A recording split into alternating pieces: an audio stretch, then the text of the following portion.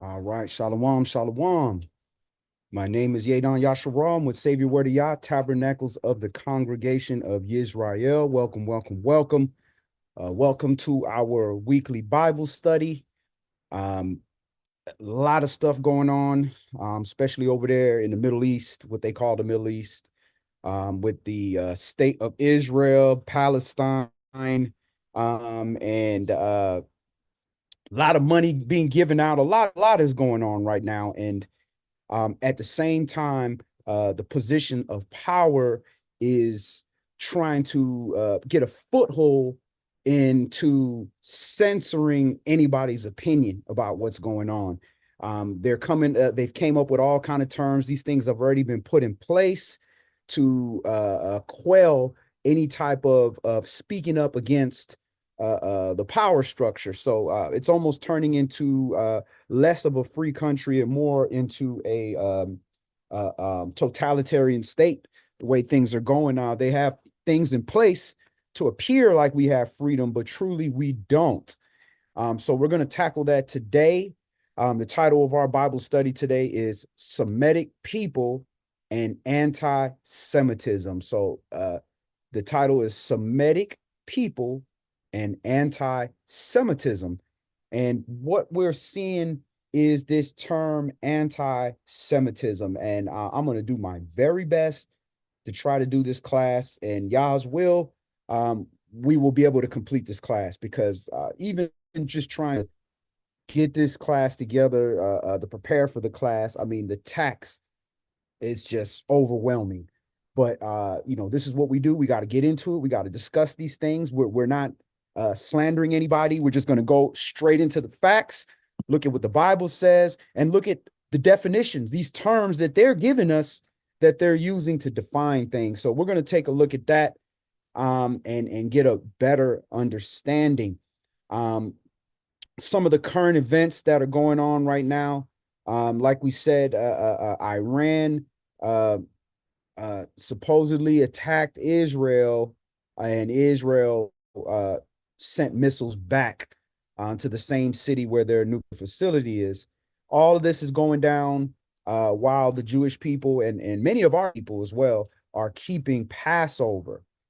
So interesting, a lot going on during this whole set of holy days.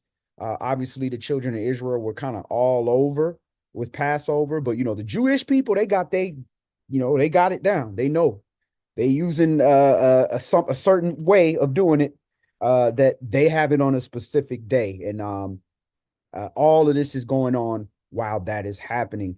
So if you are observing your Pesach, many of the brothers and sisters that are keeping the new moon, that would have placed yesterday as the 14th, and that would make today as the 15th. So tonight actually would be, for those that have tonight starting the 15th, would be your Pesach. That's when you would actually keep the feast.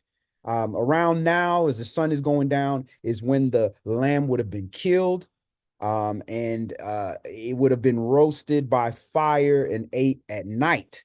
And it had to be completed before the morning comes. So before this morning that's come, it would have been completed. So I know some people are keeping the Passover on the beginning of the 14th day, and then having a completely different feast on the 15th day of unleavened bread. And that is not biblical. That's not what's in the Hebrew. That's not in Jubilees. That's not in Yasher. That's not even in Torah. But that was a previous understanding that we had. But that shouldn't be division, because at the end of the day, we're practicing the righteous acts, which means we're rehearsing all the good things that Yah has done for us. That's what practicing the righteous acts means. Rehearsing all that Yah has done for us and proclaiming it and glorifying it in the original truth music. So today we're going to get into some definitions. We're going to look at a few definitions. But before we do that, I want to talk about something that they're doing. Again, we talked a little bit about it, about how they're censoring. So I want to pull something up that we talked about in Bible study. Let me go ahead and share the screen. Right. There it is. All right, so let me do a new share so we can take a look at this article.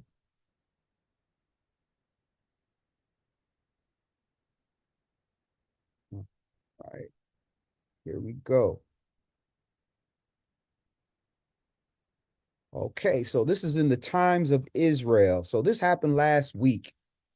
A U.S. House resolution is condemning the chant that some of the protesters were saying. And the chant goes, "From the river to the sea, Palestine will be free." So they did a motion to define the pro-Palestinian slogan as anti-Semitic. And it passed. It passed in a vote of 377 to 44. So they actually passed that. So they're trying to make a law. And if we look at what Trump did, it's going to make a lot of sense why they're pushing so hard to get a slogan that's saying, "From the river to the sea, Palestine will be free." So they're from the Nile River to the Red Sea, I guess. They're trying to say Palestine will be free. So that's a portion of land. They ain't talking about all the state of Israel. That's not in that saying. But again, they don't want any opposition. So anything speaking against the powers that be that control things, they're using their influence to try to make this illegal. So I'm going to show you why this is so important, why they push so hard to make this anti-Semitic. All right, so the same president that's in trial right now, the ex-president Trump, he passed something when he was in office. So we're going to pull that up. Let me do a new share on that. And let's take a look at that. And we're going to see why. This is why they're so pressed on making everything anti-Semitic. So this is December 11th, 2019. So this is right after the 400 years that we had, the 400-year marker here in America. The president said, "My administration is committed to combating the rise of anti-Semitism and anti-Semitic incidents in the United States and around the world. Anti-Semitic incidents have increased since 2013, and students in particular continue to face anti-Semitic harassment in schools and universities and college campuses." So they're making this under the Title VI of the Civil Rights Act of 1964, discrimination on the basis of race, color, national origin in programs, activities receiving federal financial assistance. So this Title VI does not cover discrimination based on religion. Individuals who face discrimination on the basis of race, color, or national origin do not lose protection under Title VI for also being a member of a group that shares common religious practices. So discrimination against any Jews may give rise to Title VI violation when the discrimination is based on an individual's race, color, or national origin. So they're making it this religion, they're turning it now into an actual nationality so that they can take away money from schools. They can enact hate crimes. They can do all kinds of things if you say anything that's against the Jewish population. Now, funny thing is, there's all kind of discrimination going again. Look how they treated President Obama. And just because he's of a melanated skin, where's all the laws for that? Right? No, they didn't do all those laws. So that term of anti-Semitic is very, very broad. It's a very, very broad statement. So we need to understand what that is, because if you just use the etymology of the words, it doesn't add up. It doesn't make any sense. So you have to understand their actual terms and what they're trying to say. All right, so let's go ahead and look at their definition. So I'm going to go ahead and share that screen. So we need to understand first, what is a Semitic to be considered against a Semitic or anti-Semitic, just like Christ. Antichrist is against Christ, against the word of YAH. So let's look at that definition. Let's go ahead and pull that up. All right, so let me get this on the screen. All right, we're just going to take a basic Oxford dictionary description. Let's get a new share here. All right, there we go. All right. So here we have the Oxford Dictionary definition of Semetic. Semetic, Semitic. All right.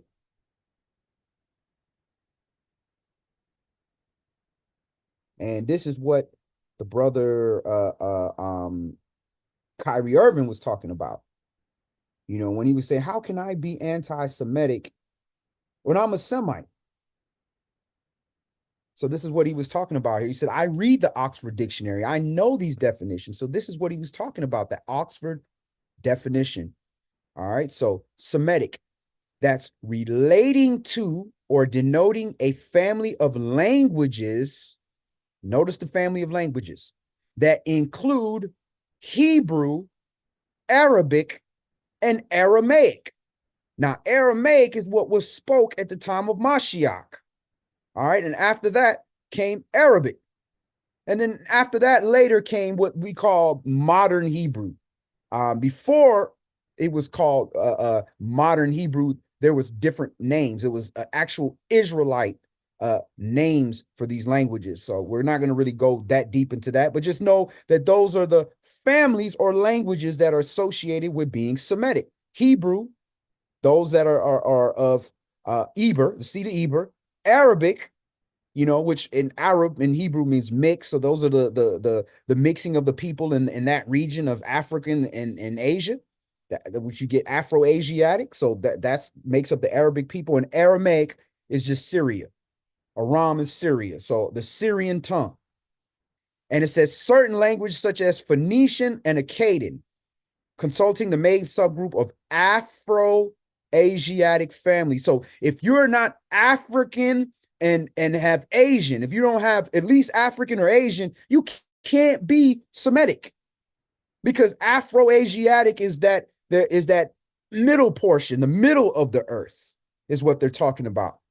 That's what would be considered Afro-Asiatic, right? So we are considered Afro-Asiatic. We're not African per se, even though we're on the African continent. And we're not Asian per se, because even though we share parts of that continent, we're Afro-Asiatic.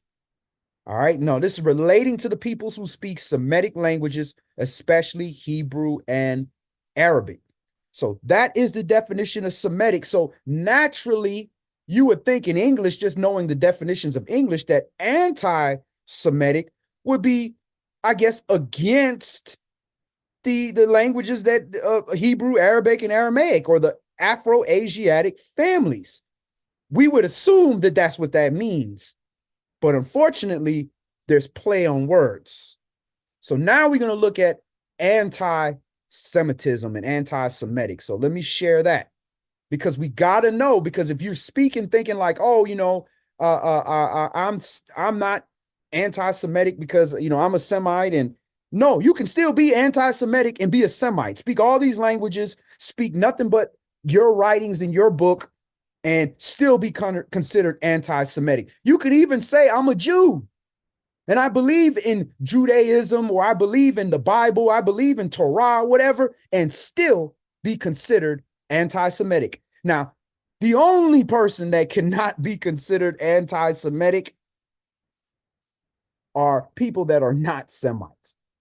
All right, so that's kind of weird. So we're going to look that up and we're going to see that. So here we have the definition in Wikipedia of anti-Semitism. All right.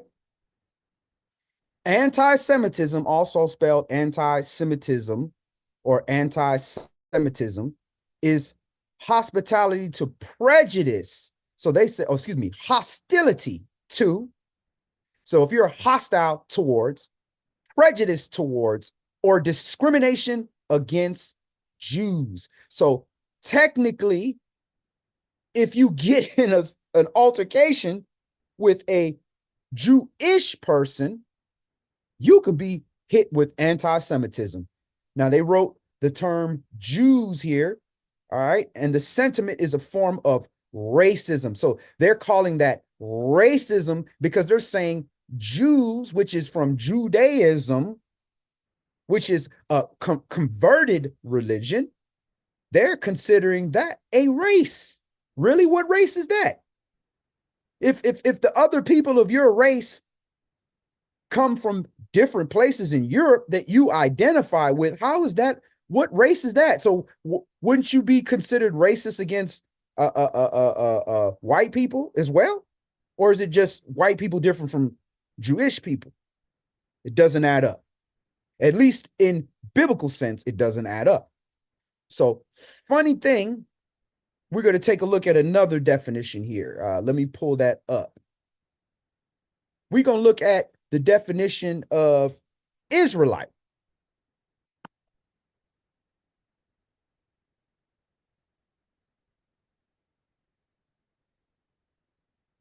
All right. So if we look at the definition of Israelite, all right, it says a member of the ancient Hebrew nation. Okay. So their case closed right there. This is why they won't identify as Israelite, because you have to be a member of the ancient Hebrew nation, especially in the period from Exodus to the Babylonian captivity.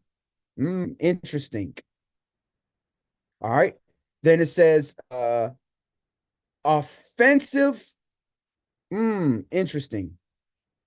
A Jewish person. And it says offensive dated, relating to the Israelites. All right. So what's interesting is they just changed that definition, because what they had, and I'm going to show you what they had on the other definition. I'm going to show you right here on my Word document, if I can pull it up. They just put a footnote there and changed it and said offensive. So they actually edited it from the time that I looked this up a while back. So let me go ahead and share this so you can see this, what was originally there. All right, so this is my class outline. This is what was originally the definition of Israelite. All right, so, and if anybody ever wonder how I do my classes, this is how it is right here. I have my classes outlined, and it's bullet pointed. So anyways, here we go. Israelite. All right. Israelite here, a member of the ancient Hebrew nation, especially in the period from Exodus to the Babylonian captivity, 12th to 6th century BC. An old-fashioned and sometimes offensive term for a Jewish person. So how is that offensive to a Jewish person? Well, when you start mentioning ancient Hebrew nation, now you can see how that's offensive. So they literally, as you can see, let me share that other screen. I did not even know they did that. They changed it just that quick. So let me pull that back up. Wow. They on the move. They're changing history. They're changing definitions. They're rewriting history, literally, right in front of us. All right, so I'm gonna pull back up the screen so we can look at it for the definition that we had. So here we had it. So notice right here, they have a little caution sign, offensive, dated. Then it says high definition, Jewish person. Why would you hide a Jewish person for Israelite? And they put offensive, because it's offensive to them. Why would this be offensive? All right, let's take a look at Khazar, the Khazarites. We're going to look at another definition. All right, so we're going to pull that up again. Let's do a new share. Khazars.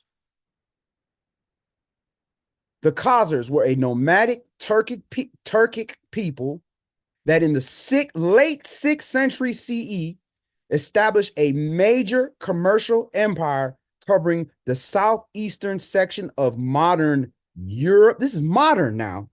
Europe, Russia, southern Ukraine. Oh, interesting. Ain't that the people they giving money to? $95 billion. So you ain't got money for roads, you ain't got money for unemployment, you ain't got money to pay your debt, but you got $95 million to pay these people that in that region were called Khazars. Interesting. Crimea. Oh, that same place they fighting over with Russia? Kazakhstan, right? These were the Khazarians, and they converted, if they scroll down, to history, to their religion.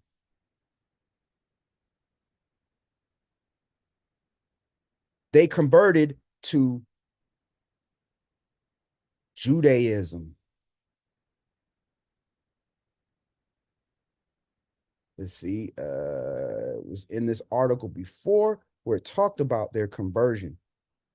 Let's see, let me take a look real quick. There you go. It said Tengrism, Christianity. There it is. Conversion to Judaism is mentioned in the Khazar correspondence and medieval external sources. The authenticity of the former was long doubted and challenged, but the documents are now widely accepted by specialists as either authentic or as reflecting internal Khazar traditions. Archaeological evidence for conversion, on the other hand, remains elusive. Yeah, of course.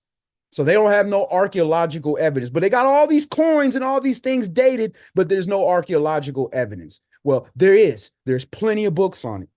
But, the purpose of this class isn't really to debate bloodlines and, etymology, where people came from. It's really just to understand the playing field. All right. So that's what we're really doing. We're not here to really do a blood test on anybody. Of course, you can do that and you can go look this up, but that's not the purpose of this class. All right. So we saw the Ashkenazi Jews, we saw Israelite, we saw anti-Semitic, and now we looked at color. So now we're going to see why this is so offensive to Jews or Jewish people to be called an Israelite. All right. So let's go to Genesis chapter 10, Bereshit chapter 10.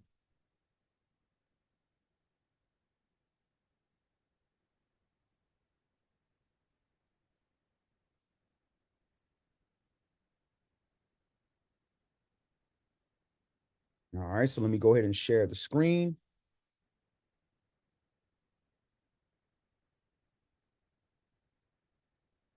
Here we go. So this is Genesis, Bereshit chapter 10. And this is the nations that descended from Noah. So according to our biblical account, 8 people restarted the entire world. The entire world was flooded and 8 people started over. And really, it's just the 3 sons, because Noah didn't have any more children after that. It was Shem, Ham, and Japheth. So all the nations are descended from these bloodlines right here. And they were split into their own nations. And it's all listed here. Genesis, Bereshit chapter 10 and verse 1. Now these are the generations of the sons of Noah, Shem, Ham, and Japheth. And unto them were sons born after the flood. The sons of Japheth, Gomer, Magog, Madai, and Javan, and Tubal, Meshach, and Tyrus. And the sons of Gomer, so this is the line of Japheth, right here. The 3 sons are Shem, Ham, and Japheth. So Shem is the progenitor, I believe that's how it's said, or progenitor, or whatever, of Semites. You cannot be a Semite if you don't come from Shem, period. Ham and Japheth. And now Japheth is who we're going over right now. The Japhethites, right? So Japheth's son Gomer had another son named Ashkenaz. So you have Gomer, who had Ashkenaz, Riphath, and Togarmah. All right. So these Khazar people are the same as the Ashkenaz. Remember, we looked at the Khazarians and we saw where they were located. Now you see where Ashkenaz is. So let's stop right there. Let's go look at the definition of Ashkenazi. The Ashkenazi Jews, they call themselves Ashkenazi Jews. They're not hiding their bloodline. They're telling you who you are. All right, so we see clearly Ashkenaz got nothing to do with Shem. Ashkenaz is Japheth, whole different bloodline. All right, so again, we're not focusing this whole class on bloodline, but we want to just understand who people are. All right, so let's go pull up the definition of the Ashkenazi. All right, so we're pulling that back up again.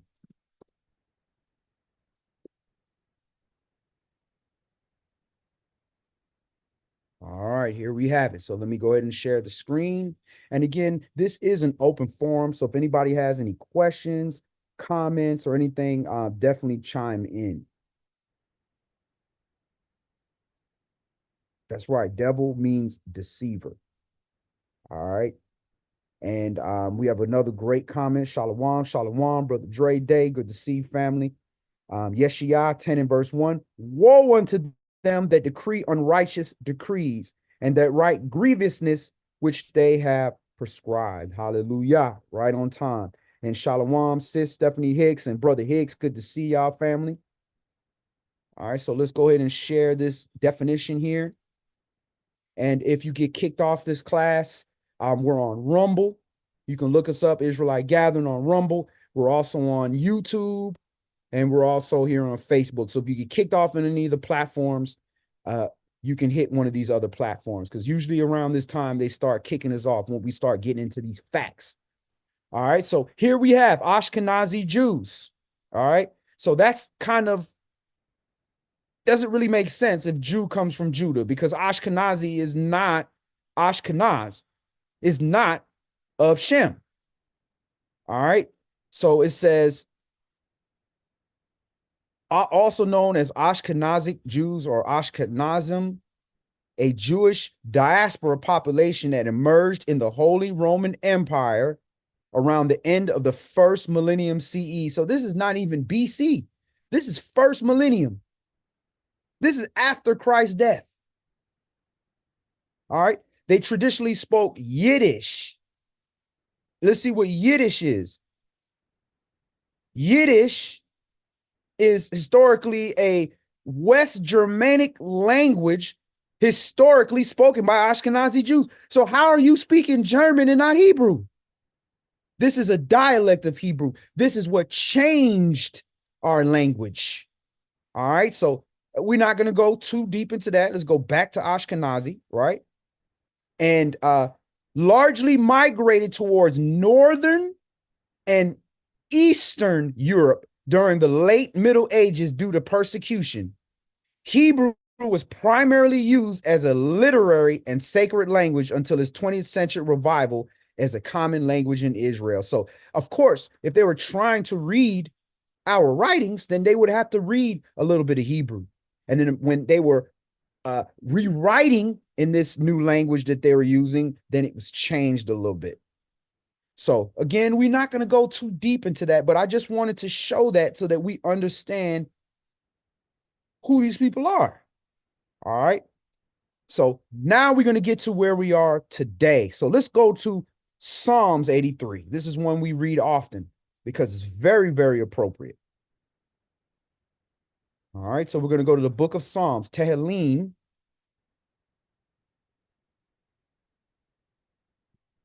chapter 83. And we're just going to read a few verses in here.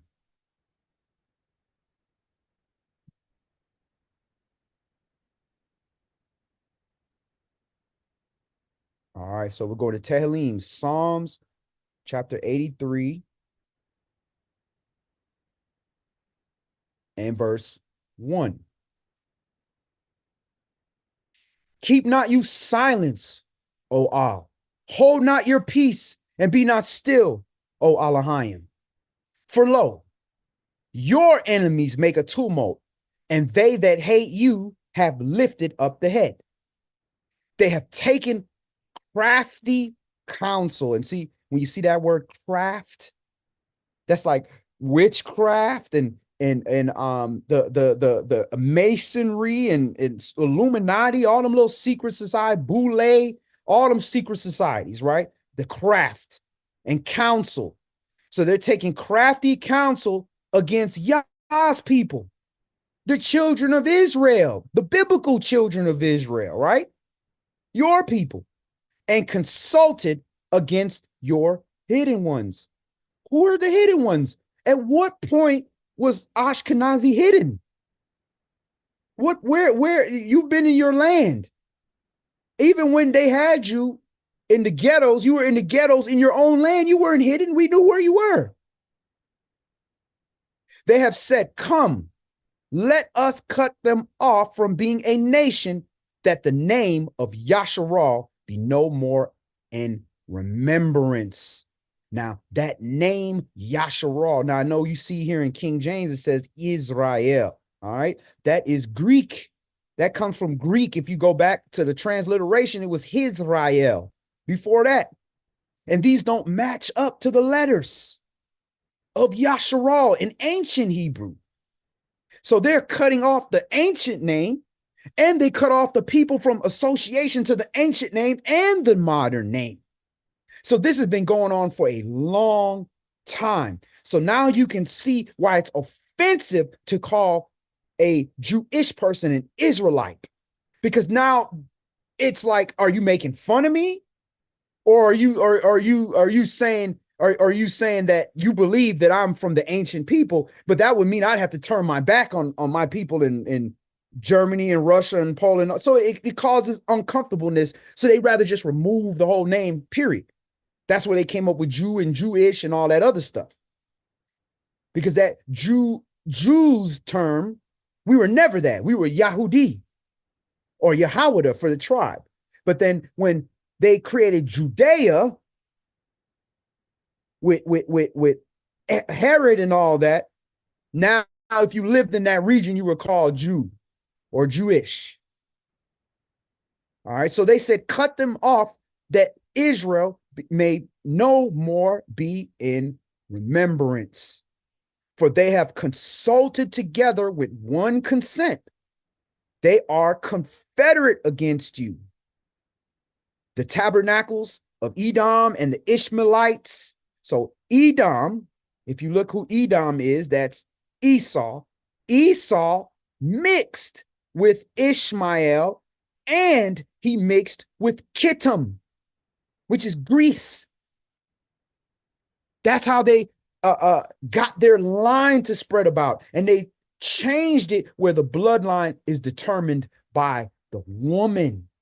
That way you can marry one of our women, and now you God's chosen people. That was never so. That's why this entire Bible can be considered anti-Semitic, if you use the modern definition of anti-Semitism, because it speaks against their doctrine. So what, you're going to ban the whole Bible? No, what they did was rewrite it. And they have a whole new one that you just got to be told it. It wasn't written, it was just told. In the Talmud, it was just told, right? All right, so this is what's going on to this very day. This is why they had the Tuskegee experiment, why they had all the things that America has acknowledged that they've done against the children of Israel here in this country, why we're considered a color. We weren't considered any of those nations they took us from, because A, that would bring us closer to where we really came from, and B, they'd have to start paying some of these nations. And none of them nations want to claim us as them either, because they would have to acknowledge that they sold their own people. They won't do that. So these are all the reasons why everybody, all these nations are consulted together, can't say nothing. Palestine can't really say nothing against Israel. Israel can't say nothing against Palestine, because both of them weren't the children of Israel. But at least Palestine is not saying they the children of Israel. They're just saying we've been here a long time. The state of Israel, the Ashkenazis, coming there saying that they literally the ancient Israelites. but without saying that they're the ancient Israelites. They're just saying, assume that, but we're not going to say it. So this has been a problem. And it's not just with the Ashkenaz. This is all the nations have been trying to cut us off from the beginning. So let's go to Exodus, Shemot, chapter 1. We're going to go way back to Shemot, Exodus, the second book of Torah, and we're going to see how long they've been trying to kill us off as a people. They're trying to kill us off as a people before we even really become a nation. Exodus, Shemot, chapter 1, and we're going to read verses 8 through 22.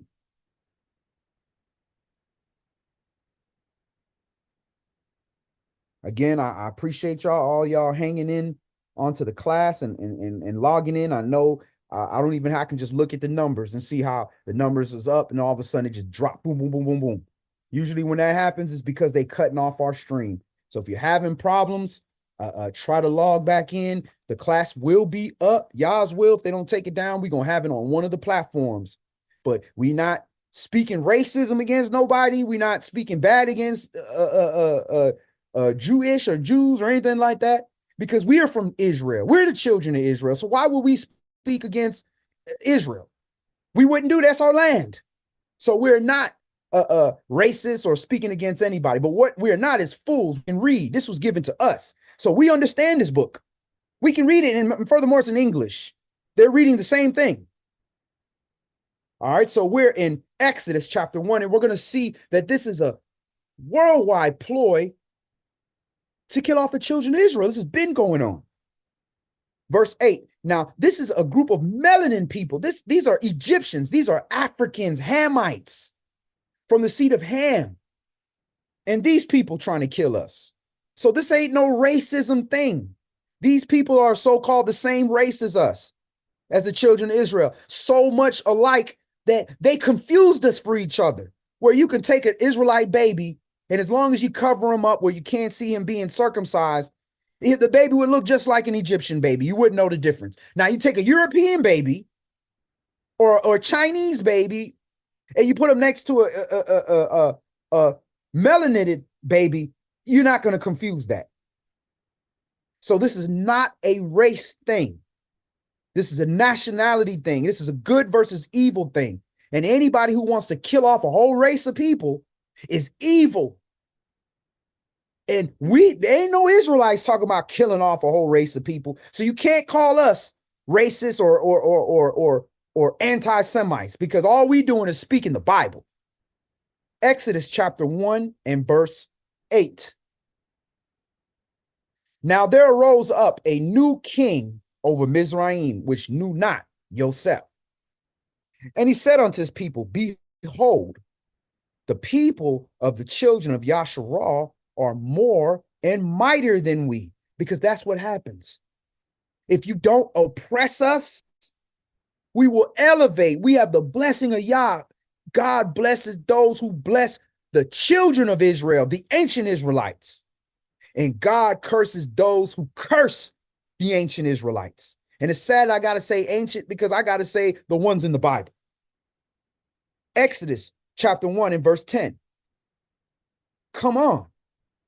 Let us deal wisely with them, lest they multiply. And it come to pass that when they fall out any war, they join also unto our enemies and fight against us, and so get them up out the land. So why would we, if we live amongst you, fight against you? That's like saying in the Civil War, why would the blacks fight against their own country? Could it be oppression? Could it be slavery? Could it be just ill treatment? If you that's like saying, look, I got 3 roommates, but I got to get them out of here, because if somebody breaks in my house, they're going to help the robbers. Why would you think that?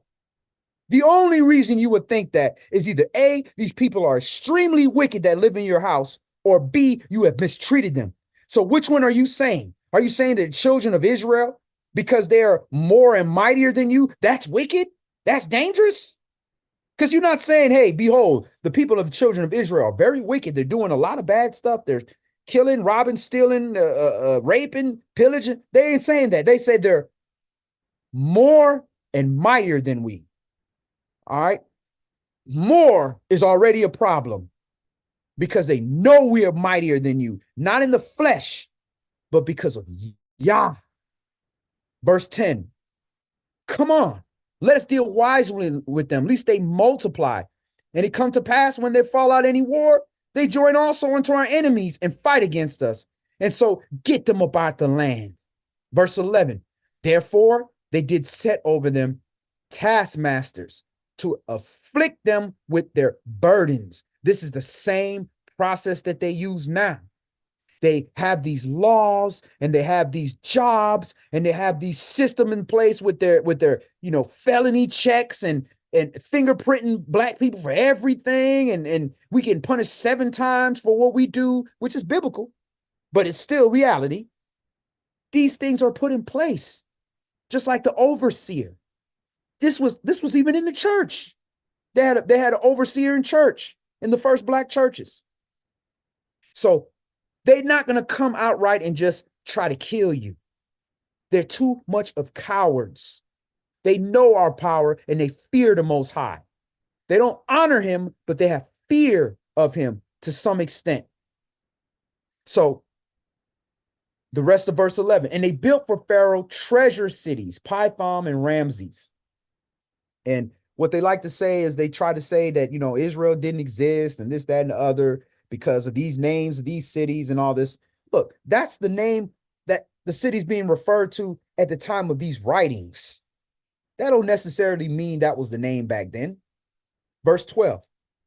But the more they afflicted them, the ancient Israelites, the more they multiplied and grew. Ain't that what's happening here?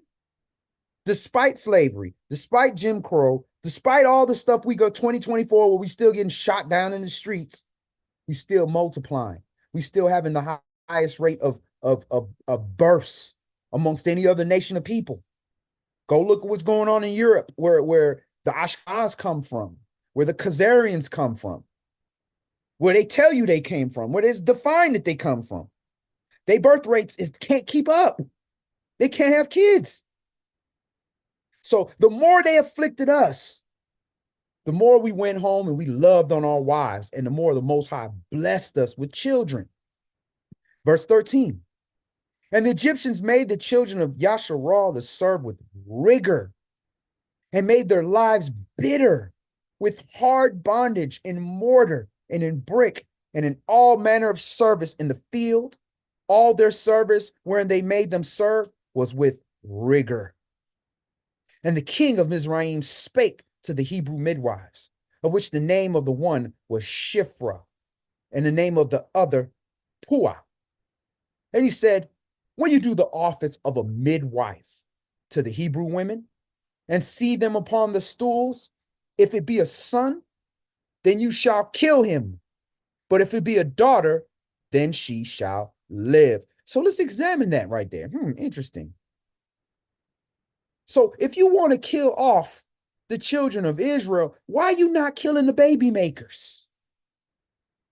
I'm yet to see a Hebrew man shoot out a baby out of his penis. It don't happen. So why are they killing the men when the women had the babies?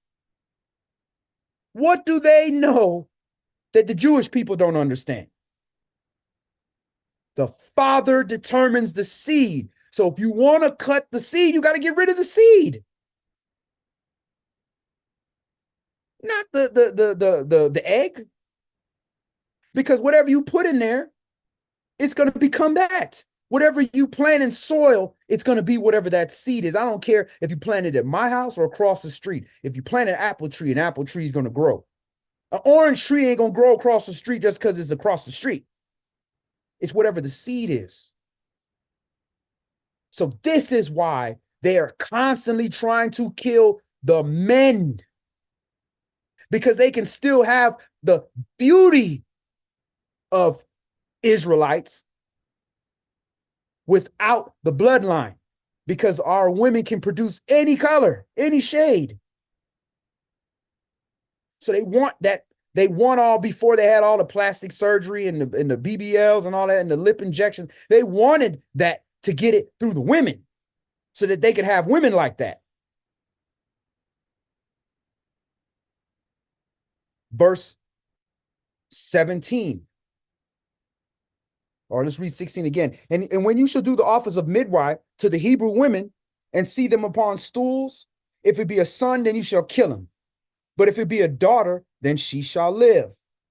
But the midwives feared YAH and did not as the king of Mizraim commanded them, but saved the men, children alive. So these midwives feared YAH. They feared YAH more than they feared for their own lives. Hallelujah. So praise YAH for all those Hebrew midwives and all the midwives to this day, because the midwives today, the doulas, are going through the same persecution right now. They putting these women in jail, put them in jail for having these live births, for not giving them up for their Social Security and all. I mean, it's ridiculous how they coming at these women. So support these doulas, support these natural home births. And Yah's will, when my wife and I, when we have our son, Yah's will, we want to have a doula. We want to have a natural birth. Verse 19. Or excuse 18.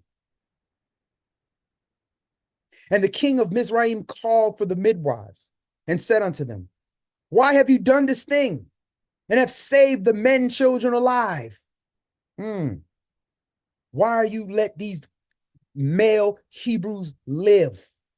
And look who he going to. He going to the female Hebrews to kill the male Hebrews, not the mothers, but the other Israelite women. So this is a practice of the heathen to use our women to kill the men.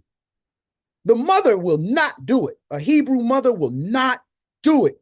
But if we can find another woman who maybe I can threaten her house, threaten her children, threaten her family, or whatever the case be, or incent her with a lot of money, or whatever the case, that's always been their plan. But our people refuse to do it. That's why we're still here. Because our women are not like the other nations. They're lively women. Verse 19, and the midwife said unto Pharaoh, because the Hebrew women are not as the Mizraite women, for they are lively. So of course they are lively. If they're bringing in the warriors in this earth, they're going to be lively.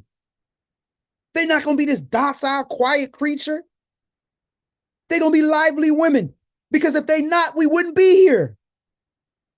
And it says, and are delivered airy before the midwives come in unto them. So they're delivering these babies on their own before the midwives could even come to them. Their water is breaking, they hiding, and they delivering them babies in private so they could save us, so we could be a nation.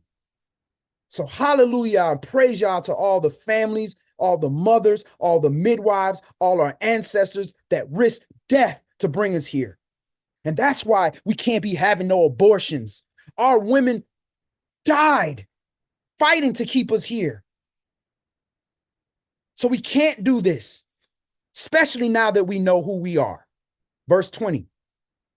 Therefore, Elohim dwelt well with the midwives, and the people multiplied and waxed very mighty. So we grew even bigger and stronger and became more of a problem, just like we doing right now.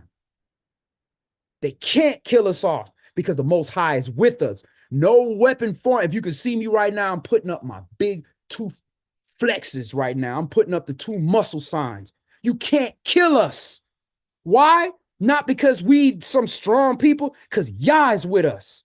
No weapon formed against us will prosper. There's going to be casualties, but no weapon will prosper. Not a hair on your head going to be touched if you're a true believer. And it came to pass because the midwives feared Yah, that he made them houses. And Pharaoh changed all his people, saying, every son that is born, you shall cast in a river, and every daughter you shall save alive. So there you have it. This is not new. They've been doing this, killing us off. They've been putting Planned Parenthood and all these eugenics. That's a new word. This been going on. This ain't nothing new. So you can see why they don't want us to speak up for ourselves. They consider us anti-Semitic because we saying, wait a minute, we know who we are. We're the children of Israel. And look at Kanye. Kanye didn't even say, he wasn't even bold enough to come out and say, y'all fake. He came out and just said, listen, I ain't saying y'all nothing. I'm just telling you, I know who I am. They shut him down. Just like they probably going to try to shut this class down. But praise Yah. It is what it is. Truth gonna be told. It said, hurt not the earth until my servants are sealed. So this word got to be published across the four corners of the earth before he do his business. So we publishing it. Praise Yah. All right, so let's move on. So that's one of the first occasions where they try to kill us off as a nation, as a whole nation. Not, hey, look, I don't like that family over there. Kill that whole family. You want to cut off the whole nation. This is nothing new. Again, this got nothing to do with race. These is black on black violence right here. Egyptians. All right, let's go to Matthew chapter 2. Now, these group of people that are trying to kill us off now, they are enemies. Egyptians ain't necessarily our enemies. They might have been at a portion of time, but you know, they ain't no Egyptians out here trying to mess with us or kill us in this day. I've been yet to see Egyptian kill nobody to this day. So they're not the problem. They ain't killing us. The Egyptian police ain't killing us out here. Matthew chapter 2.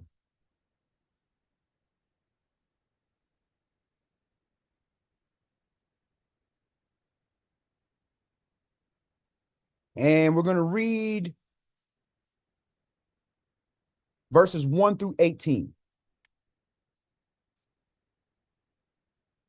All right. So praise Yah. You know, while we are, many of us are celebrating this Pesach season, let's not forget that Mashiach was our Passover.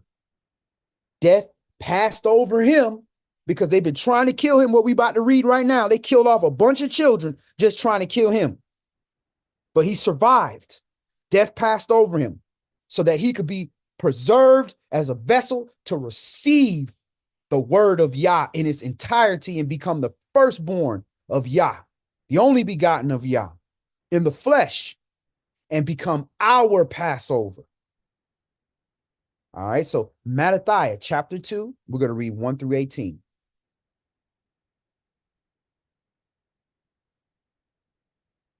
And shalom to my big bro, Yafi, Yehuda, good to see you, family.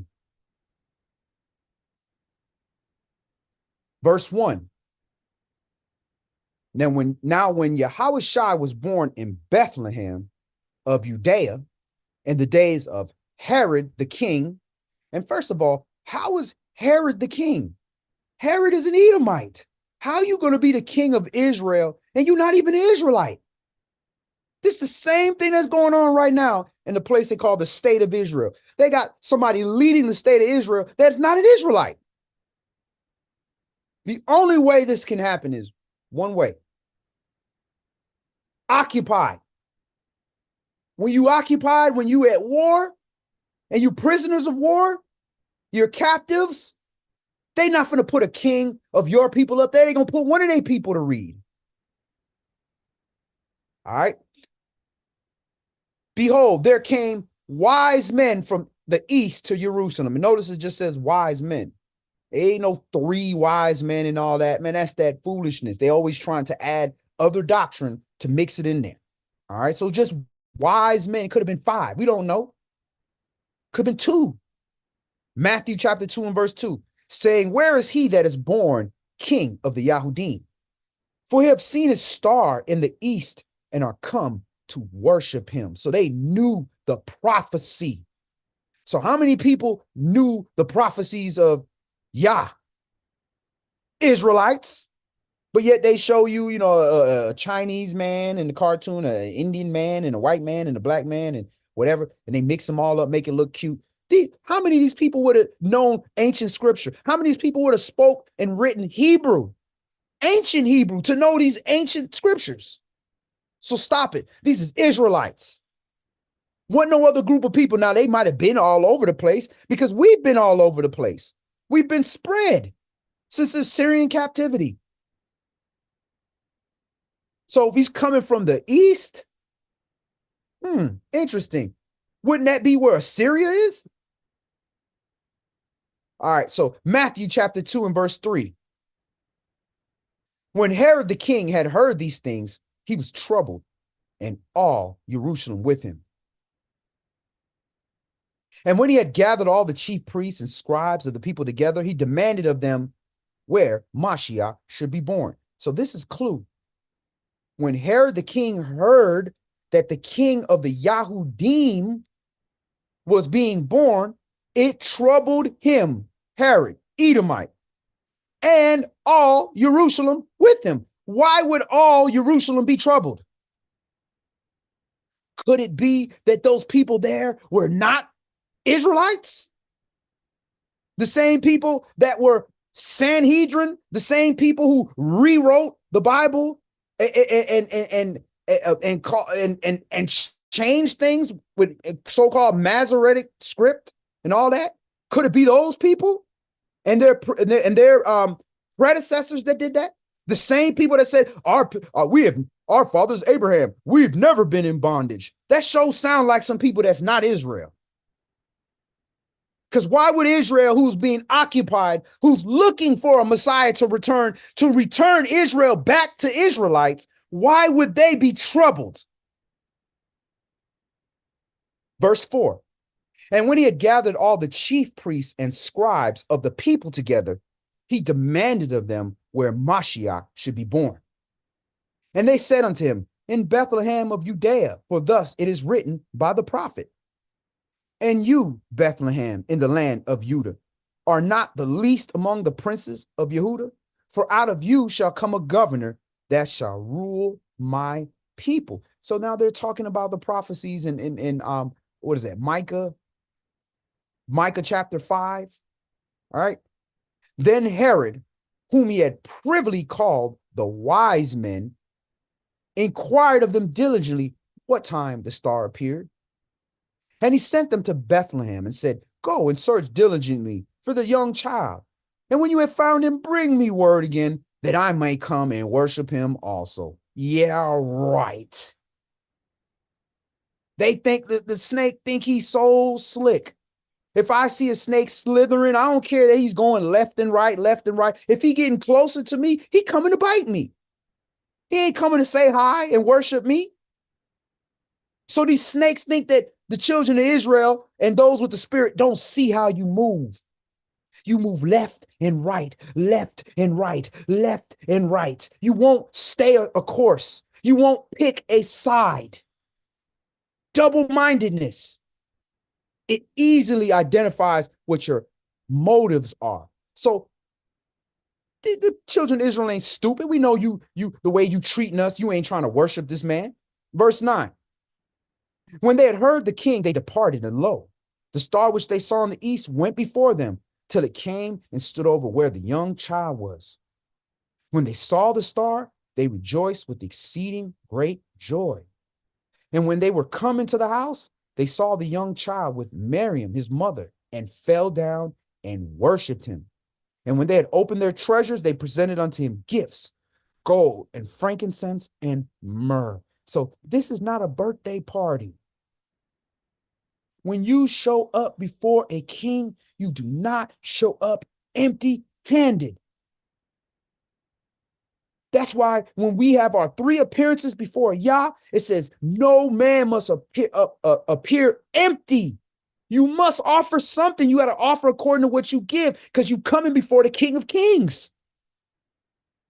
So that's why they came. They didn't say, hey, let's have a birthday party. And being warned of YAH in a dream that they should not return to Herod, they departed to their own country another way. And when they were departed, behold, the angel of Yahweh appeared to Joseph in a dream, saying, arise and take the young child and his mother and flee into Mizraim, and be you there until I bring you word. For Herod will seek the young child to destroy him. And notice how the angel is talking to him. The young child, the young child. Take that young child and the mother and his mother, because this is not Joseph's child. He's going to be, lack of a better word, stepfather to this child. Yah is his father, and his biological father is King David. It's from the seed of David. So all of this is consistent. So we in 2024 can do immaculate conception. We can go pay a couple dollars and, freeze some eggs and take some sperm, and we can do that, and that's fine, right? But Most High, he can't do that. Nah, never. He can make people from dust of the ground, but he can't do immaculate conception. Right. You just showing where your beliefs are. You don't believe this word. You believe what you believe. I believe this word as it was written in the original language. Verse 14. When he arose, he took the young child and his mother by night and departed into Mizraim, and was there until the death of Herod, that it might be fulfilled, which spoken of Yahweh by the prophet, saying, "Oh, out of Mizraim have I called my son." Praise Yah. And Brother Yafi said that's a clue right there, that there were Israel as well. Yah wouldn't speak to any evil person. Absolutely. You're not going to talk to no wicked people. Y'all not giving prophecies to wicked people. Now, he has talked to other people of other nations like Balak and Balaam in that situation of Midian. He talked to them. He talked to Hagar, the Egyptian. Talked to her, say, hey, go back. Take that child back. He'll talk to other people. But he's not going to prophesy and give you all these prophecies concerning the children of Israel and us and leave it to another nation to preserve that for us. Nah, it ain't going to work like that. So that's a good comment, brother. Absolutely. All right, so let's move on. So you see there, they have been trying to kill us off for the longest. Let's go to Psalms chapter 10. Tehillim chapter 10.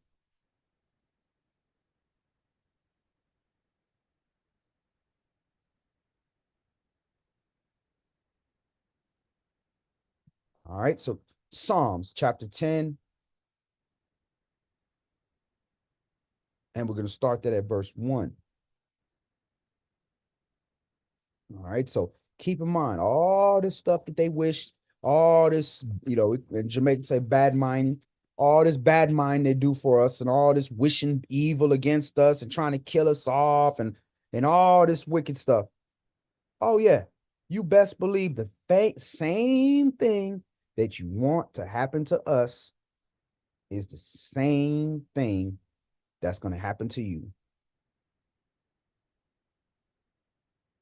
Psalms chapter 10.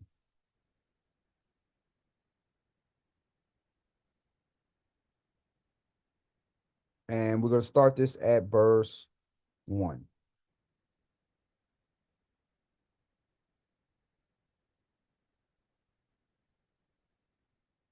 What stands you afar off, O Yahweh? Why stand you so far off? Why hide you yourself in times of trouble?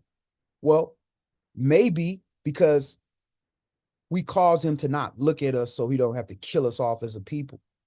Verse 2, the wicked in his pride does persecute the poor. Let them be taken in the devices that they have imagined. So what they imagined for us, that's coming back to them. They are going to have to deal with that. For the wicked boasted of his heart's desire and blessed the covetous whom Yah abhors. So this is what the wicked does when he's in power. He's blessing the covetous. And who's being blessed right now? The people that are covetous, which means they have an evil desire for something that doesn't belong to them. They're covetous of our image, of our nationality, of our faith system. All of that. They're jealous of that, envious of that. And they're rewarding all of those that are also covetous with that. And Yah hates that. So anybody else that wants to covet right along with them, wants to steal it, wants to agree with it, we're going to reward you. That's why you see all these politicians so quick to jump in there and say, oh, help Israel against Palestine. Palestine, a bunch of poor people, Arabs from the land. And if you Arab, how are you going to be anti-Semitic? You literally Arab. You Afro-Asiatic. They literally from that area. But they considered anti-Semitic. This is the same thing they try to say against the Nation of Islam. I'm talking about they anti-Semitic. And Malcolm X like, how can I be anti-Semitic? I'm a Shemite. Because he knew he was Israel. Why would he say he can't be anti-Israel, can't be anti-Semitic because he's a Shemite? He didn't speak Arabic like that. He spoke because he knew who he was. If he thought he was African, he would have said, I'm a Hamite. Where do you think he learned that? He's in jail. That's where a lot of people learn who they are, in jail, where you got to sit down.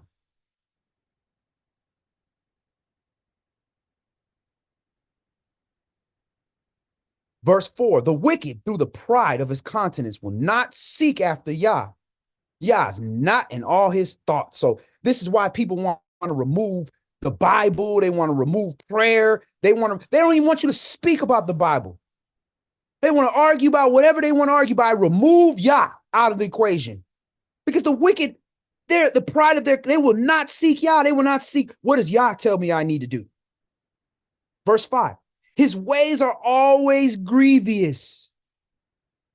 Your judgments are far above out of his sight. As for all his enemies, puff at them. He has said in his heart, I shall not be moved, for I shall never be in adversity. So he think, because he make all these hard, rough laws, black people, we can't, they used to have laws, which they still use to this day, where we can't even congregate in more than a group of people. It's considered a gang. Mob activity. They're ready to call the paddy wagon out for you. These grievous laws. You can get help if you poor, but that black man got to get up out that house. They first was killing, Planned Parenthood. Now it's a welfare and food stamps. That you can't even know who your baby daddy is. He got to go. Grievous.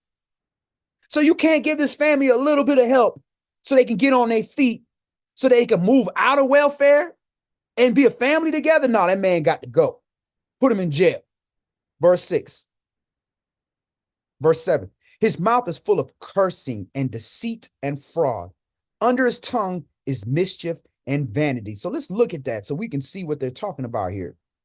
Because we got a lot of people that come from that Christianity where they think cursing is, oh, you said a bad word.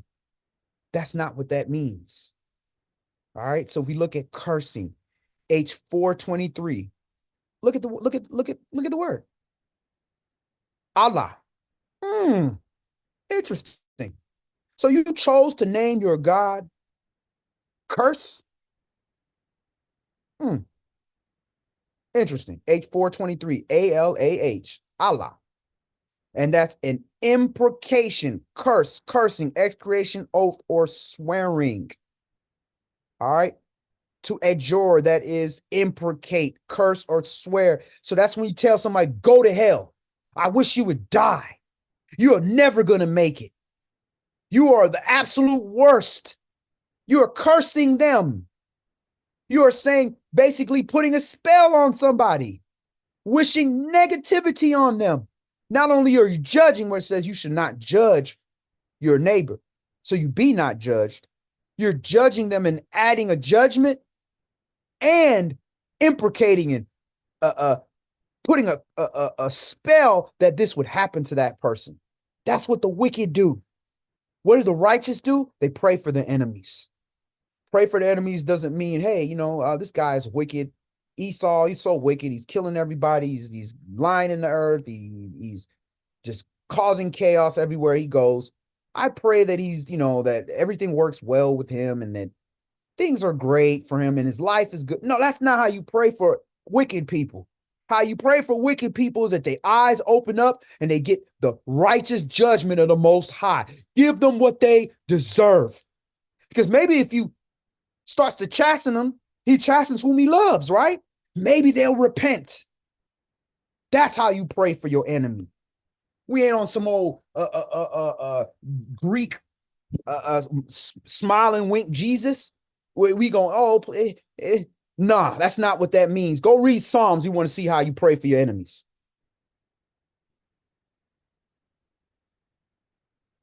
All right. Verse 8. He sits in the lurking places of the villages. In the secret places does he murder the innocent. His eyes are privily set against the poor. And this is what they do. It's not even in secret places no more. They murdering us on TV. They shoot us down in all the CCTV cameras and everything caches. They don't care. It's not even in private no more. He crouches and humble himself. He lies in wait secretly as a lion in his den. He lies to catch the poor. He does catch the poor when he draws him into the nest. He crouches and humbleth himself, that the poor may fall by his strong ones. And that's what they did all to the homeless. They kicked them out every time they want to host an event, Olympics or whatever the case may be, a big concert, the Masters, all the stuff. They get rid of, they sweep all the stuff they consider undesirable under the rug. And that's what that whole movie, The Purge, was about. All the people they want to get rid of. They find ways to kill. And they make laws to kill. And the purge was literally just symbolic of that, making laws to kill your undesirables, which so-called happen to be a lot of black people. Verse 11, he has said in his heart, Yah has forgotten. He hides his face. He'll never see it. Arise, O Yahweh, O Elohim, lift up your hand. Forget not the humble. Why does the wicked contemn Yah? He has said in his heart, you will not require it. You have seen it, for you behold the mischief and spite to requite it with your hand. The poor commits himself unto you. You are the helper of the fatherless. Break you the arm of the wicked and the evil.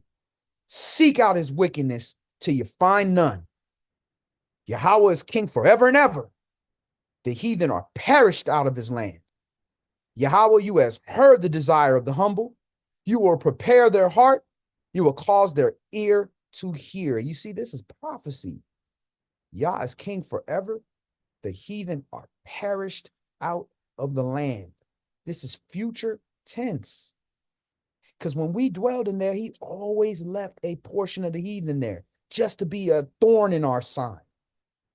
So he's prophesying.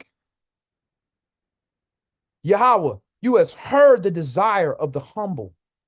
You will prepare their heart. You will cause your ear to hear, to judge the fatherless and oppressed, that the man of the earth may no more oppress.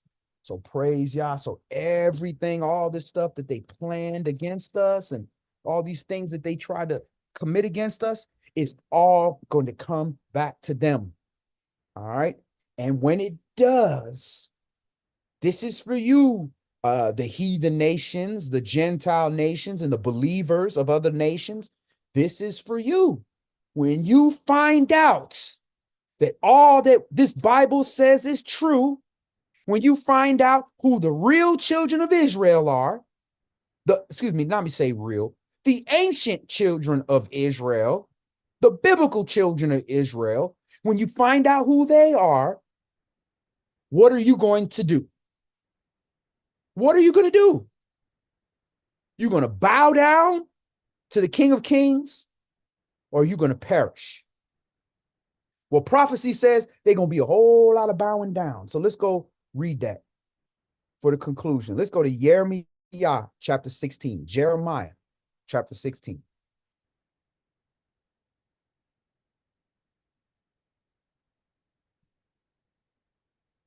I mean, just on a side note, man, I try to stay out of the politics and because I know Yah's in control of everything. He sets up the kings, he takes down kings.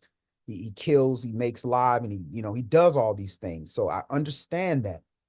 But when you see the level of murder that they're doing to these Palestinian people, these poor people, these ain't rich people that came in and said, oh, we're going to kick you out of your land. And these are people that came in when our houses was empty, when we was in captivity. True enough, many of those nations laughed. Many of those nations helped. And that's why there's judgment going on now and judgment that's coming in the future. But at the end of the day, I don't care who you are, whether it's the children that in the state of Israel that are getting killed, the innocent Gentile babies, or the other innocent Gentile babies in Palestine. Either way, I don't care what nation you are. That's not right. That's not good. We're not happy about that. So to stand by and try to side with a state of people that is these people throwing rocks at tanks. They sending off all kind of missiles, blowing up hospitals, doing all talking about, so you got one person in the army that's in the hospital. You gonna kill all the innocent people in the hospital because of that one army person? You violating every international law, and America ain't doing nothing about it. Matter of fact, they are doing something. They giving them millions to do it. Wickedness, knowing that they spend 97% of their foreign aid on military. And where you think that military is going? To their own neighbors. So we not the children of Israel. Most of us Israelites, we not standing with the state of Israel, in case you didn't know. We not standing with them against Palestine. Just as much as we not standing with Palestine. Because guess what? We tried to come out there and stand for y'all and be like, look, man, we not with all the killing of innocent people. We ain't saying we with y'all, but we ain't with the killing of innocent people. And because they saw us as Israelites, the Hamas, which literally means violence, which might not even be Palestinians, we don't even know who those people are, started to attack us. So I'm not holding it against Palestine or the Palestinian people, because them people have masks on. I don't know who them people are. They could have been anybody. It could have been state of Israel, it could have been undercover ISS people. The Secret Service of Israel doing that, for all we know. We don't know that. But that's why we can't really come stay with y'all, because everybody want to kill us. All them people want to kill us. So we're at Jeremiah chapter 16. But it's not right. And it's not right that anybody who speaks up against them, they crushing them.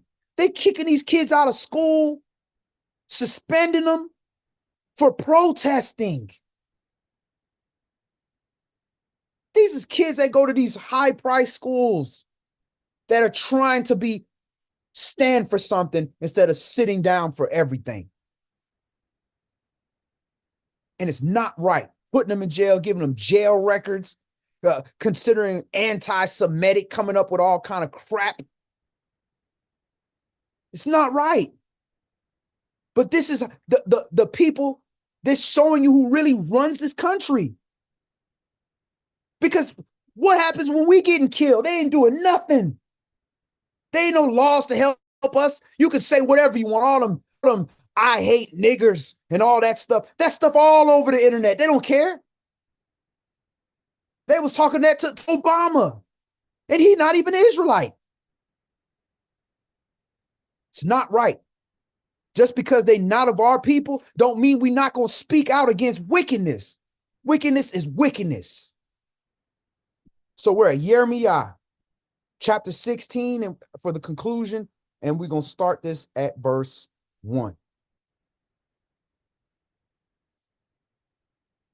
The word of Yahweh came also unto me, saying, you shall not take you a wife, neither shall you have sons or daughters in this place.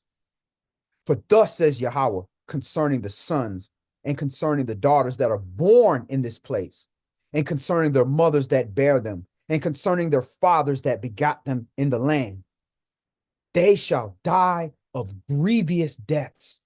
They shall not be lamented, neither shall they be buried, but they shall be as dung upon the face of the earth, and they shall be consumed by the sword and by famine, and their carcasses shall be meat for the fowls of heaven and for the beasts of the earth. For thus says Yahweh, Enter not in the house of mourning, neither go to lament nor bemoan them. For I have taken away my peace from this people, says Yahweh, even loving kindness and mercies. So Yah took away our peace.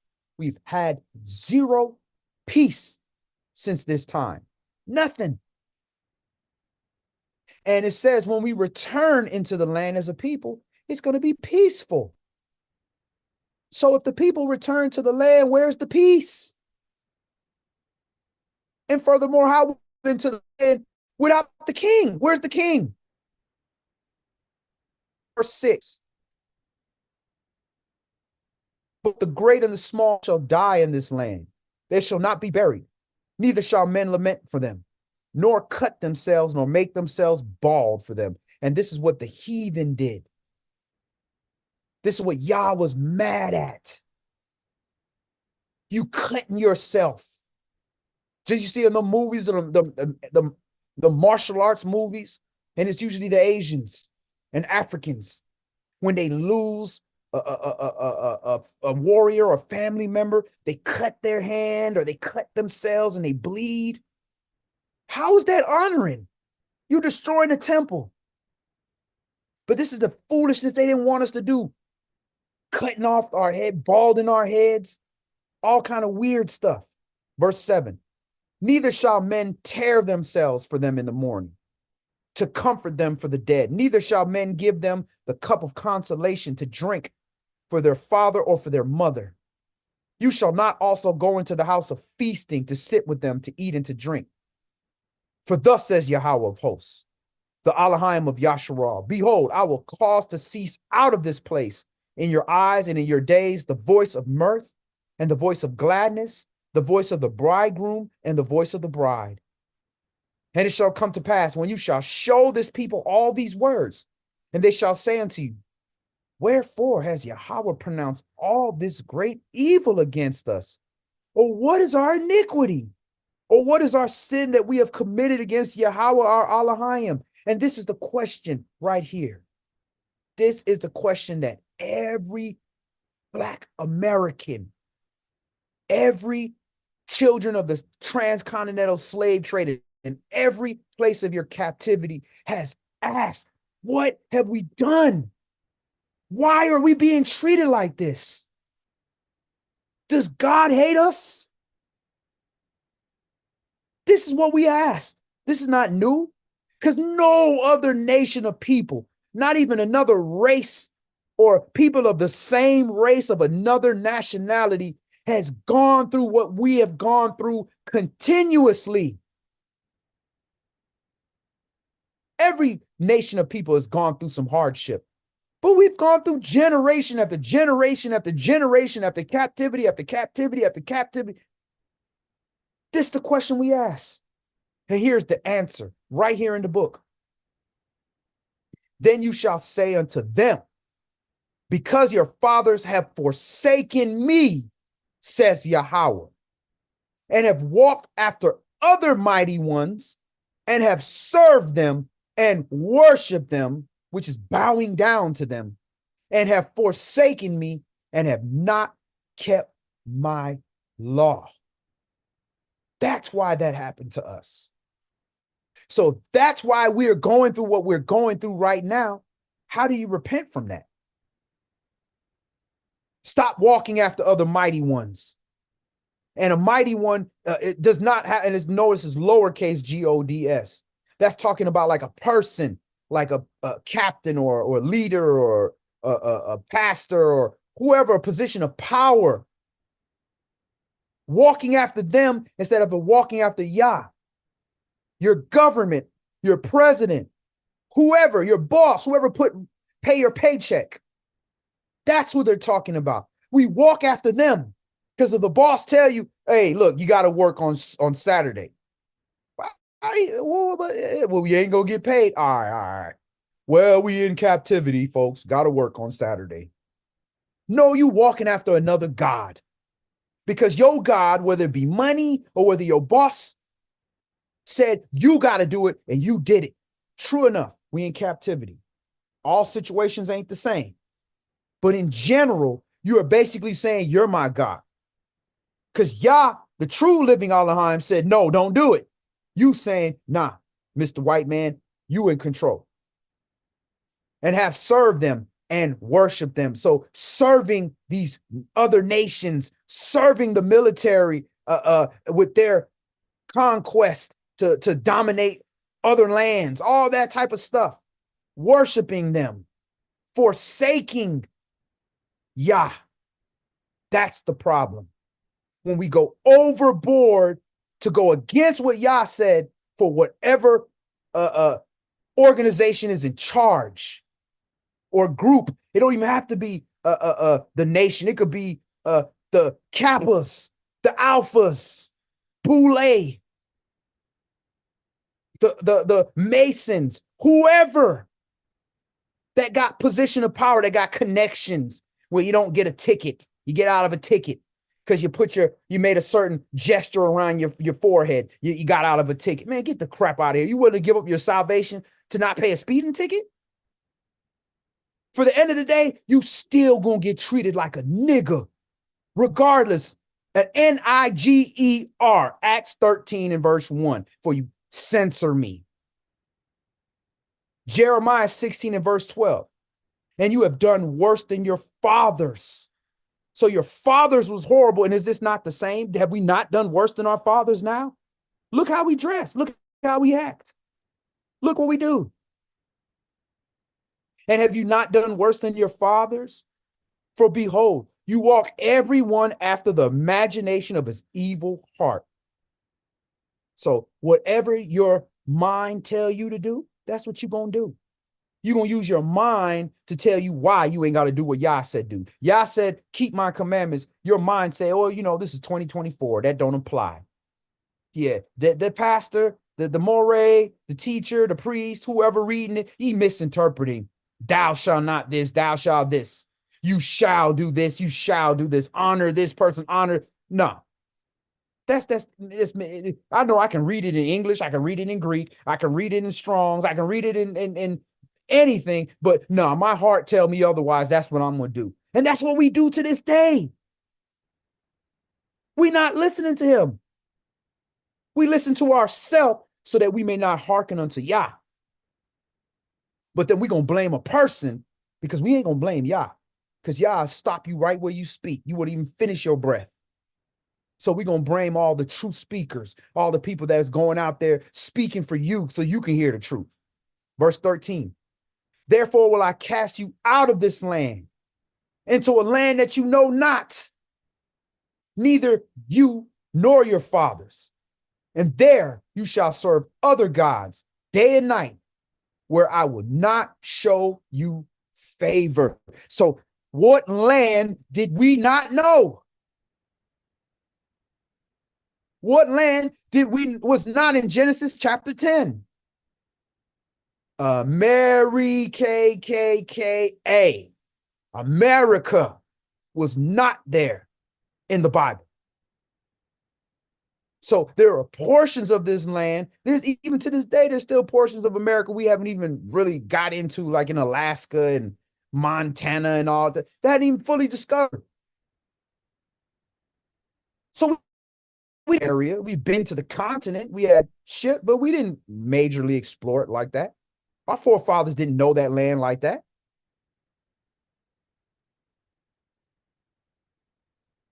Therefore will I cast you out of this land into a land that you know not, neither you nor your fathers, and there you shall serve other mighty ones day and night, where I would not show you favor. And that's what we went from having all the favor to no favor. That's why we are where that's why somebody can come here and just say, oh yeah, we the children of Israel. Look at all we blessed we are. We got all the money. We got all the land. We control everything. Yeah, can't you see we the children of Israel? Isn't that what in Malcolm X, the movie, said, oh, Jesus is white. Can't you tell? But look around. We control everything with that pompous look on his face. Oh, wait a minute. There's more. Jeremiah 14 through 21. Also, it ain't over. The chapter ain't over. There's more. Verse 14. Therefore, behold, the days come, says Yahweh, that it shall no more be said, Yahweh lives, that brought up the children of Yasharah out of the land of Mizraim. But Yahweh lives, that brought up the children of Yasharah from the land of the north, and from all the lands where we have driven them. And I will bring them again into their land that I gave unto their fathers. Now, this is a clue, a land of the north. Why are they calling this the land of the north? They call it the land of the north because these are the places that we've been scattered to, and it's not a globe. It's a flat earth. So north is just like a compass. It's all moving to the center. Jeremiah 16 and verse 16, that's why a compass always heads north. Behold, I will send for many fishers. Oh, let me finish that. Verse 15. But Yahweh lives, that brought up the children of Yasharah from out of the land of the north, and from all the lands where he has driven them. And I will bring them again into their land that I gave unto the father. So Yahweh gonna bring us back. So you don't have to worry. Now you need to do what you need to do to prepare yourself to enter into the land. Act like you know where you're going. But don't be fearful that somehow you're gonna get stuck. He's even giving the rebels an opportunity to get out. Now, I don't mean you can't get killed in America's judgment now. If somebody is getting whooped and you jump in there and try to catch the belt, you're going to catch a piece of that belt too. Verse 16. Behold, I will send for many fishers, says Yahweh, and they shall fish them. And after will I send for many hunters, and they shall hunt them from every mountain and from every hill and out of the holes of the rocks. For my eyes are upon all their ways. They are not hid from my face, neither is their iniquity hid from my eyes. For my eyes are, and first I will recompense their iniquity and their sin double, because they have defiled my land. They have filled my inheritance with their carcasses of their detestable and abominable things. So judgment starts at the house of faith field first. So it starts with us. So we got the judgment first. O Yahweh, my strength and my fortress and my refuge in the day of my affliction. The Gentiles, don't get it twisted. Gentiles just means nations. When they refer to the nation of Yasharah, it literally uses the same word, the Goy of Yasharah, the nation of Yasharah. The nations is everybody else because Israel is set apart. That's why it's Israel and the nations. That's where Goyim comes from. Nations is Goyim. So the Goyim nations shall come unto you from the ends of the earth. So the same people that's claiming to be you, the same people that's taking crafty counsel to kill you, more specifically, the male yous, that's double entendre yous or Jews, the yous, the Gentiles shall come unto you from the ends of the earth and shall say, this is what they're going to say to you. Surely our fathers have inherited lies. So what lies did the Gentiles inherit? What lies did they inherit? That the earth is a globe? You think, they're going to come back and say, surely the Bible said the earth was flat, that it was a big circle, but, Yah has shown us now. Children of Israel, some of you that do believe in the flat earth, you're right. Our fathers have inherited lies. That ain't what they come in here to tell you. All these people believing that we just some slave group of people, some wicked, ignorant people that just God hates, that was cursed black according to the Mormons. They gonna find out that their God looks like that because their God is Christ. That's their God. Our God is Yah, and our brother is Christ. So when he finds out, he's going to say, our fathers have inherited lies. Vanity, meaning it ain't going to last, is temporary. And things wherein there's no profit, because the profit they made, moth and rust do destroy, but not the profit that's in heaven, that's eternal. Verse 20, shall a man make gods unto himself, and they know gods? Therefore, behold, I will this once cause them to know. I will cause them to know my hand and my might, and they shall know that my name is not the Lord, what you see right here, but Yahweh. Yah, hey, wah, hey, the 4 letters.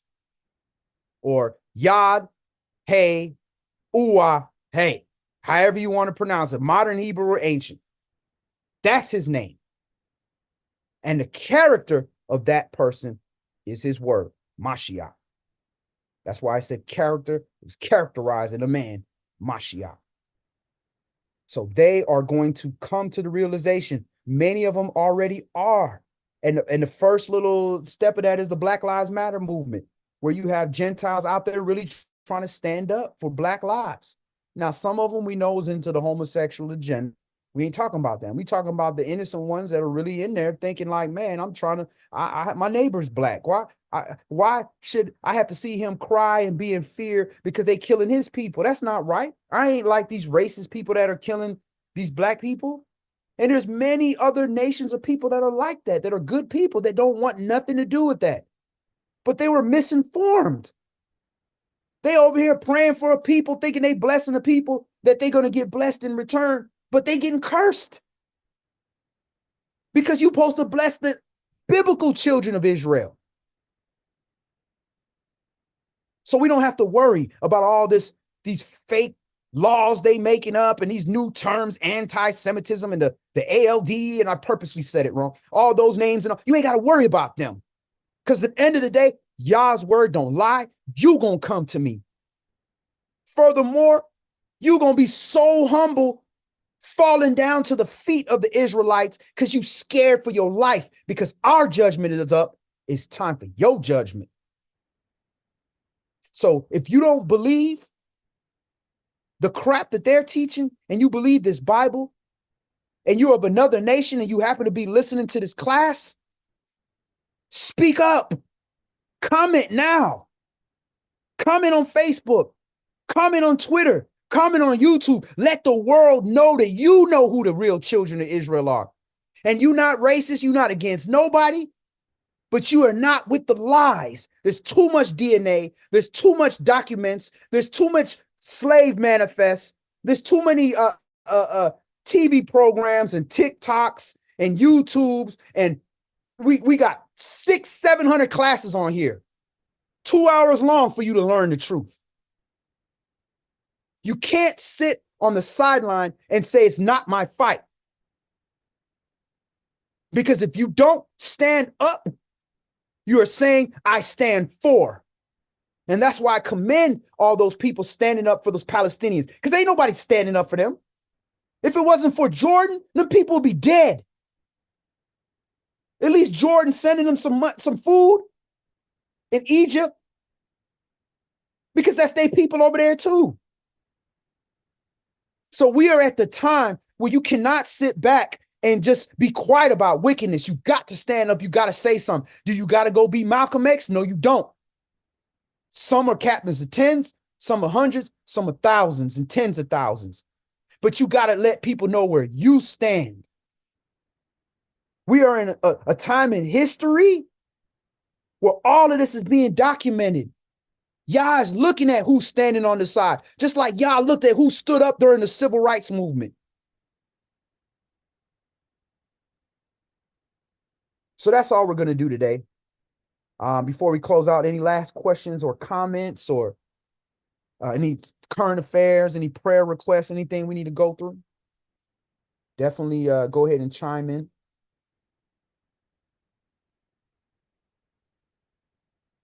And if we don't get to your question or comment, we are Savior Word of Yah, Tabernacles of the Congregation of Israel.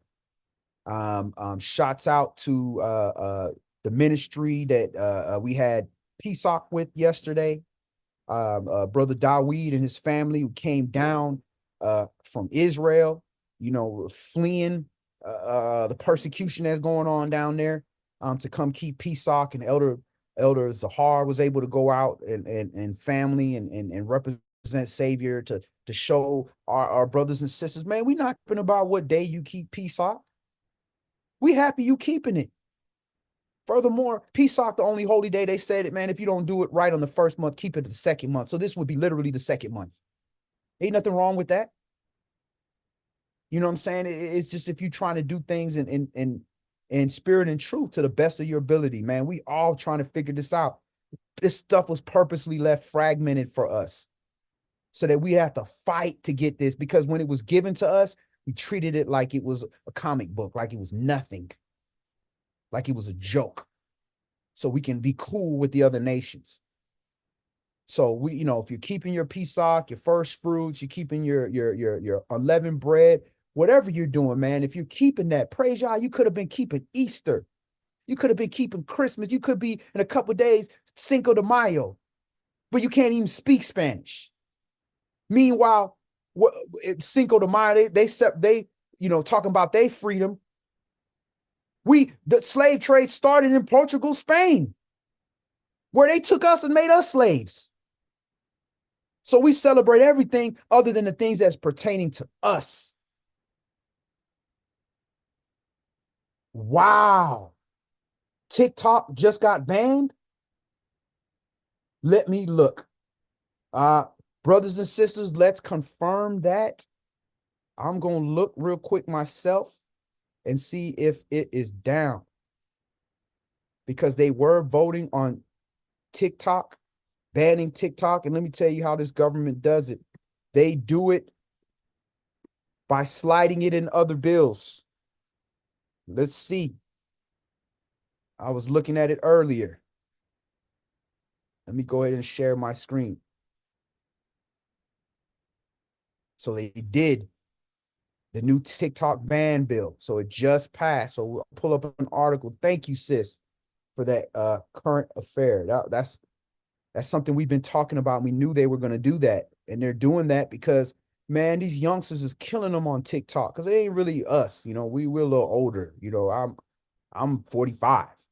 So, I ain't on no TikTok like that, trying to do dances and all that foolishness. But, the young generation on there, and they on it, man. They blowing up all the false narratives they doing and showing all the facts and showing the moon and the stars and all the weird stuff that's going on and all the lies. And they busting a hole in NASA, the flat earth. They killing them right now. But yet you can come on Facebook and show a woman getting raped, a man getting shot to death. People getting beat up, white people calling black people niggas. We can watch that all day long on all these other platforms, but TikTok, that's the danger. Right. All right, so let's share this screen. So this is NBC News. Oh, let's go to CBS. 6 hours. All right, so this NBC News. And Toda, Brother Yafi, man, I appreciate the encouragement. It gets harder and harder. Not me, everybody, all of us, for us to do these classes, not just technologically. It's just spirits, man. I mean, our families, man, all of us that are doing this works, man. We being attacked and our families being attacked. And all the families that are trying to associate with us and trying to learn and help and grow and spread this, they being attacked. And they trying to destroy these families. They turning husbands against wives. They turning children. All these things that Christ talked about. Division. All of this is happening because of this word. They don't want us to work together, because when we work together, that's twice the angels. All right, so praise y'all. We appreciate y'all, hanging in there. You could be watching anything, you could be watching any other class, but you come on here and you give us purpose, an ear, and you give us feedback. So we appreciate y'all. All right. So this NBC News is about 6 hours ago. Congress is finally set to approve a TikTok ban, but it could still be years before it takes effect. So this is what they're saying. All right. So now it's passed in certain, I think it passed in the House, and then it got to go to the Senate, and then they got to go to the president or whatever. So, it's a process that it got to go through, but this is what they're doing. It says TikTok's fate is in the U.S. has never been more in doubt after the House representatives approved a bill last week that gives its parent company two options: to sell to an improved buyer or see it banned. I tell you what, you want to sell it to me. I give you every dollar I had and give it to me. I'm an American citizen. Then see what you're going to do. All right. Experts say the bill is now likely to be approved in the Senate, and President Joe Biden has signaled that he would sign it. Of course, he's going to sign it. And they talking about the reason they doing it is because the Chinese company is storing personal information. So what you doing? You doing the same thing. You're not telling us. You telling us in a 15-page a summary, a disclaimer that, oh, by the way, we even keeping your images, your voice, everything. But we supposed to trust y'all. But it could take years for TikTok ban to actually go in effect, since its Chinese-owned parent company, ByteDance, is likely to challenge the statute in court. And even if it survives a legal challenge, no one is quite sure what would happen next. It says, how soon could a potential ban take effect? It will probably be several years from now. According to the statute's language, ByteDance would have 9 months to divest and find an American buyer for TikTok once the bill is signed into law. So they still got to sign it into law. So it passed the House. It's got to go to the Senate. So they got to get 2/3 in the House, 2/3 in the Senate. Then, unless Joe Biden vetoes it, which he's not going to do it, then it becomes a law. So it got to go through all that process. Then it comes a law. Then they got to have 9 months to sell. Then, if they don't sell, then they got to go to court. So, it's something that's going to take a little bit of time. So what does that tell me? Get on TikTok. Keep your personal information. Don't watch what you share, but continue learning and sharing. And, don't just take anything that somebody put it on the internet and believe it, but take it. Take whatever sources they're giving you and research. Just like Sis say, hey, look, they banned TikTok. So here we just saw, yeah, they voted to ban it in the House, so we can look it up and we can see the fact. Yeah, they banned it. Now I got to go to the Senate. Then the Senate got to ban it. Just like that from the sea to the river to the sea, Palestine will be free. That's saying they made that anti-Semitic. That's a process. So praise y'all, sis, for bringing that up. So we looked at. So is the site actually down right now? Can anybody confirm that? Let's take a look. Maybe it got hacked. Who knows?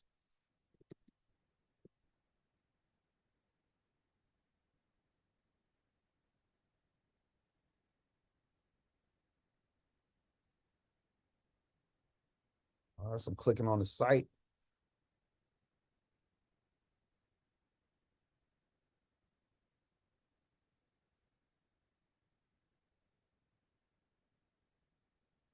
Okay, it looks like it's still up.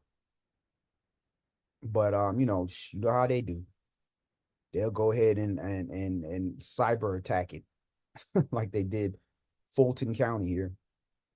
But anyway, so that's all we're going to do today. Again, we are Savior Word of Yah, Tabernacles of the Congregation of Israel. If we did not get to your question or comment on one of the other platforms, you can always reach out to us on our website at saviorwordofyah.org. You can go to the contact us section, and you can send us a private message, or you can go to email us at saviorwordatl@gmail.com. You can also um, reach out to us on, and our Facebook page, any one of our platforms. We'll do the best we can to respond to you. And okay, so it says the House and the Senate passed it. Wow, so it just passed in the House and the Senate. Praise Yah. So it's going to the president's desk to be signed. So he gonna sign it. So it's a countdown. So it's only so much time that they're gonna allow us to continue speaking the truth. If you haven't visited our other site, we're on Rumble. We're streaming live on Rumble. Rumble is getting a lot of views over there. And it's not being accosted. They ain't touching it. They letting this go. So praise Yah. Yah's will. We will see you for Shabbat at 2 p.m. If you have gained anything, and again, I hate, if anybody know, I absolutely hate coming on here and asking for money. But we're trying to get this site together. There's an expense involved, for when they shut down all these sites. We're trying to have our application in place, and it's like $150 a month. And it's just a few of us that are paying for everything right now. All the websites, all the streaming, all the storage space, all the domain names, all the emails, all everything. We got to pay for everything, even to pay for our businesses, our business license. We're paying for it all out of pocket. We don't have a large ministry, and we don't ask for money. We don't ask for nobody. And the reason we don't ask is because, man, I know we can't afford it. How y'all can afford it? Y'all struggling the same way as we are. But we need y'all help, man. And it's really, I ain't gonna lie, it's pride. I don't like asking people for money. I suffer rather than ask. But at the end of the day, I can't let the ministry suffer. So if it's in your heart to help support this ministry, donate. Go to our website, saveyourwordofyah.org, hit the donate button. Donate 5, 10, 20, $1, it don't matter. Donate. If you can go to the Cash App, our Cash App is #SWORD ATL. That's #SWORD ATL. And donate what you can. If you donate on our website, it goes straight into our account. If you use the Cash App, it goes into our Cash App account. So if it's in your heart, if you've learned anything from our over 600-700 classes, and the Most High has put you in a position where you have disposable income, or you have the faith to give money, go ahead and do so. And we appreciate it. So that's all we're going to do today. Yah's will, we'll see you for Bible study on Shabbat, and Yah be with you in your house. Shalom.